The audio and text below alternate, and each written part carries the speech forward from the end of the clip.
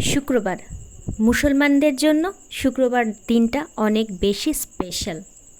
তো শুক্রবার বিধায় আজকে আসলে এতটা বেশি পরিমাণে ব্যস্ত ছিলাম বলা মানে কথাটা ওইভাবে ঠিক না।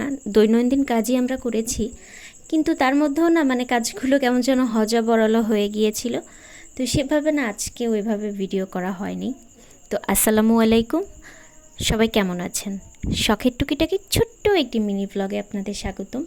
তো আমি এই যে যেহেতু আমার কাছে ভিডিও নাই, কী করব, তো আমি আলু কাঁচকলা প্রথমে দেখাইলাম, একটু আচার বা মানে কি বলো ওটা, আলু পুরি কাঁচকলা পুরি একসাথে বানাবো।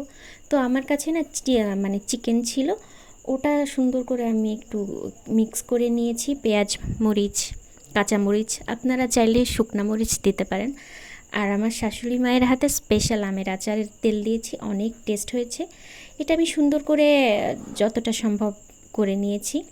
এটা করে যতটা পেরেছি, আপনারা চাইলে থেকে বড় করতে পারেন। তো বেসন এবার গোলাইতে হবে। তো বেসনের মধ্যে আমি একটু মানে বেকিং সোডা দিয়ে দিয়েছি যাতে একটু মুচমুচে হয়। অতিরিক্ত পরিমাণে দেইনি, খুব অল্প পরিমাণে দিয়েছিলাম। মানে এটা না আমার শাশুড়ি মাই আমাকে দিয়ে গিয়েছিলেন যাতে আমার পরিমাণটা বেশি না হয়। পরিমাণ বেশি হইলে তো আবার তিতা লাগবে, তাই না? তো আমি আমার যথাসাধ্যভাবে বেসনটা সুন্দর মতো গোলানোর চেষ্টা করছিলাম। প্রথমে লবণ হলুদ দিয়ে এটা মিক্স করে নিলাম। চিলি ফ্লেক্স আর দেইনি, আপনারা চাইলে এর সঙ্গে চিলি ফ্লেক্স বা একটু জিরা বাটা মিশিয়ে নিতেই পারেন, সেটা আপনাদের ব্যক্তিগত পছন্দ। আর যেহেতু এখন বন্যার সিজন চলতেছে, আমাদের এখানে আসলে ধনিয়া পাতাটা অ্যাভেলেবেল না। ধনিয়া পাতা দিলে হয় কি অনেক বেশি টেস্ট হয়। তো আমি সরি, আসলে ধনিয়া পাতা ম্যানেজ করতে পারি নাই। তো যথারীতি বেসন থেকে চুবিয়ে আমি তেলে এরকম সুন্দর করে ভেজে নিয়েছিলাম। আপনারা প্লিজ এটা না বাসায় ট্রাই করবেন। কেন বললাম, কারণ এটার টেস্ট মাশাল্লাহ মাশাল্লাহ মাশাল্লাহ এত সুন্দর হয়েছিল, এত সুস্বাদু হয়েছিল। মানে কাঁচকলার বড়া যে এরকম ভালো লাগতে পারে, এটা না আমি কখনো ভাবি নাই। তো যাই হোক, আমি এরকম করে হালকাভাবে ভেজে নিয়েছিলাম। আপনারা চাইলে একটু বেশি করে কড়া করে ভেজে নিতে পারেন, সেটা আপনাদের পছন্দ মতো।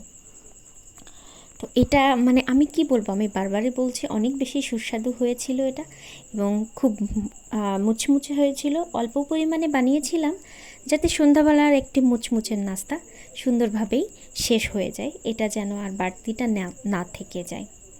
তো যাই হোক, এরপরে আসলে মানে কি বলবো, একটা কথাই বলবো যে এরপরে আজকে যে ছোট্ট একটু ব্লগ দেখালাম যে আজকে আমরা আসলে হাঁস রান্না করেছিলাম, এবং এটা পরিষ্কার করতে গিয়ে আমার শাশুড়ি মায়ের অনেক বেশি কষ্ট হয়ে গিয়েছিল, অনেক দেরিও হয়ে গিয়েছিল, যার কারণে ওইভাবে না আসলে ভিডিও করা হয় নাই, ব্লগও করা হয় নাই।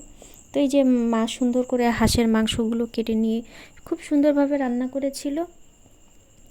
দেন হলো একটু পেঁপে ভাজি করা হয়েছিল।